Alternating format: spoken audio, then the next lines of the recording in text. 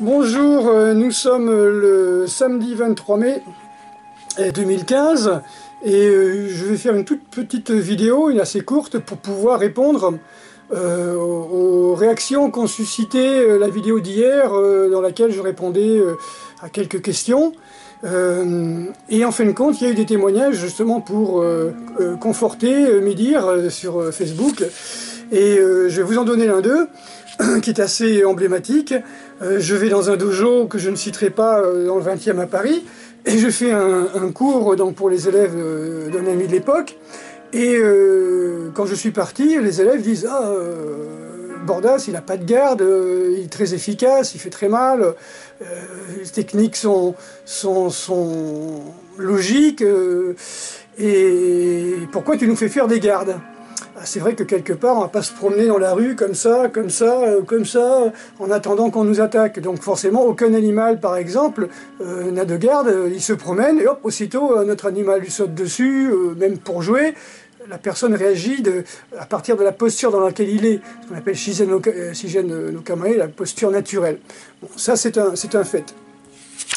Ensuite, deuxième chose, la personne demande, les élèves demandent au professeur « Mais pourquoi est-ce que tu ne fais pas d'acrobatie? Bordas a 45 ans, il fait des accros, toi t'en as 30, t'en fais pas. » Et le professeur en question répond « Je fais du nin et pas du cirque. » Alors déjà, il fait pas du nin, je vais le dire juste après, et le cirque traditionnel, c'est lancer de couteau, pas de rapport avec le ninjutsu.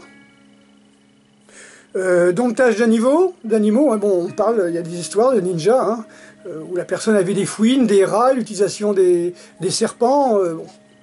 Domptage d'animaux, hein, il y a des cavaliers émérites, hein, les gens qui font des acrobaties sur les chevaux, bon, ninja, il y avait Bajutsu dans sa discipline aussi.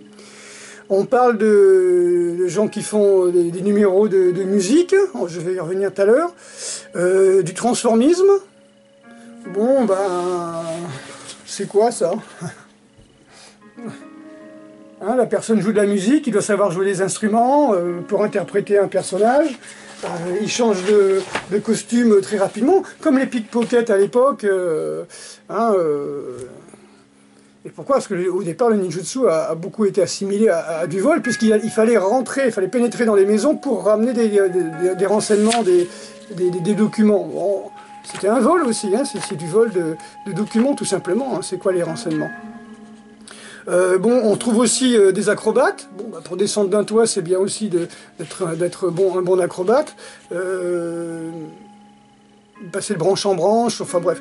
Les équilibristes, bah, lancer un grappin et glisser sur une corde, ou monter sur la corde entre deux arbres par exemple, bon bah... C'est de l'équilibrisme. Hein. La manipulation, comme le jonglage, bon, vous voyez dans les personnages, il y en a un qui s'appelle Lengakuchi, qui est une espèce de hableur qui fait des tours de magie, qui amuse les enfants. Bon, c'est ceux qui, comme je dis, qui avaient des sauts de conduite automatiques pour passer d'une région à une autre. Bon, bah... voilà, ça fait partie du ninjutsu. Corde fixe ou corde volante, comme je disais, pour passer d'un château à l'autre. Voilà, pour grimper sur un toit, on lance une corde et on grimpe. Ben oui, je fais toujours partie du ninjutsu. Donc là, je vous ai cité 2, 4, 6, 8, 10 disciplines du cirque qui ont un rapport avec le ninjutsu. Donc je ne vous donnerai pas le texte de Tokitsu qui disait que le ninjutsu venait d'anciennes personnes du cirque qui venaient de Chine.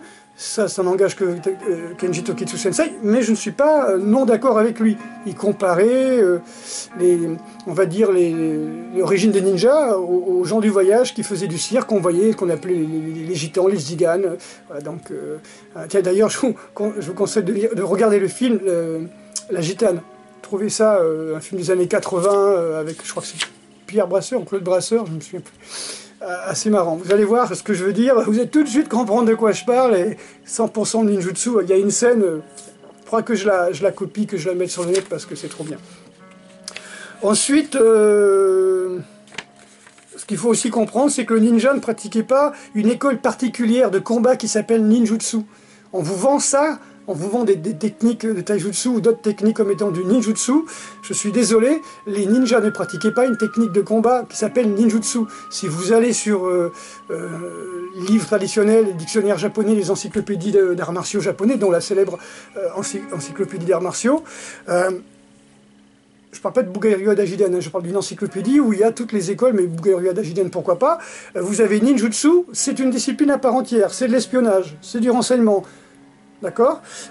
Par contre, les techniques de combat, ça s'appelle, je sais pas moi, Kukishin-ryu, ça s'appelle Koto-ryu, qui sont des écoles, mais ça peut être aussi du Katori Shinto, ou de ce que vous voulez, ou du Jujitsu. Les familles ninja avaient leurs propres écoles qui se transmettaient comme ça, mais les familles de samouraïs, n'importe quelle famille de guerriers, ou n'importe quel clan se transmettaient des écoles. Vu que le ninja ne doit pas se battre, il n'y avait pas d'école spécifique de combat ninja. Bien sûr, il apprenait, comme tout le monde, hein, mais bon. Tout ça pour répondre à la question, à la remarque du professeur qui disait « Bordas, il fait de la capoeira, il fait du sambo, il mélange tout. » So what? Et alors? Justement, le ninja fait de l'espionnage, et s'il se fait attaquer, bah, il maîtrise une école de combat, quelle qu'elle soit, la plus efficace qu'il trouve. S'il veut en prendre deux, hein, regardez le Bujinkan a 9 écoles quand même, et dans à peu près 5-6 écoles qui étaient utilisées par les ninjas, voire toutes étaient utilisées par des familles ninjas. Donc c'est pas des écoles de ninjutsu, c'est des écoles de combat qui ont été utilisées par les familles ninjas. Voilà, le ninjutsu c'est de l'espionnage, enfin le shinobi no jutsu, et après, ce qu'on peut appeler le ninjutsu, c'est des entraînements spécifiques pour acquérir des adaptations et des qualités nécessaires à l'accomplissement des missions. Être léger, être souple, être rapide, être spontané, être discret, pas avoir d'odeur, pas faire de bruit en marchant. Voilà, toutes ces qualités-là, on va les travailler dans un entraînement qu'on appelle ninjutsu. Quand on parle de ninjutsu, je me souviens, il y avait un maître de danse qui était venu à Sainte, un japonais, qui font ces espèces de danses où on fait la création du monde, on est tout en blanc, comme ça j'ai perdu le nom, parce que c'était pas prévu que j'en parle. Quand on lui a dit ninjutsu, il a fait « Ah oui, les marches !» Voilà, pour lui, le ninjutsu, pour un japonais qui est initié à tout ce qui est spectacle, à tout ce qui est assez ouvert, hein, quelqu'un d'assez ouvert d'esprit, et assez initié, c'est important à dire, les gens du spectacle sont une espèce à part au Japon, eh bien, il avait très bien compris que le ninjutsu, c'était une façon de se déplacer. D'ailleurs, dans technique de ninjutsu, dans les livres traditionnels, il n'y a pas 36 techniques. Hein. Dans un des 3 grands livres, on parle des marches ninja, hein, c'est tout. Il n'y a pas de technique spéciale, on ne vous explique pas comment grimper aux arbres, on ne vous explique pas comment traverser une corde en glissant dessus, mais on vous parle les 10 marches traditionnelles ninja. Les grands pas, les petits pas, les pas serrés, les sauts, voilà. Donc ça c'est important, à la critique qu'on avait faite que je faisais du cirque et que je faisais aussi du sambo, de la capoeira, du jusekan, taekwondo. Je vois pas en quoi ça n'empêche pas de faire du ninjutsu, bien au contraire. Voilà.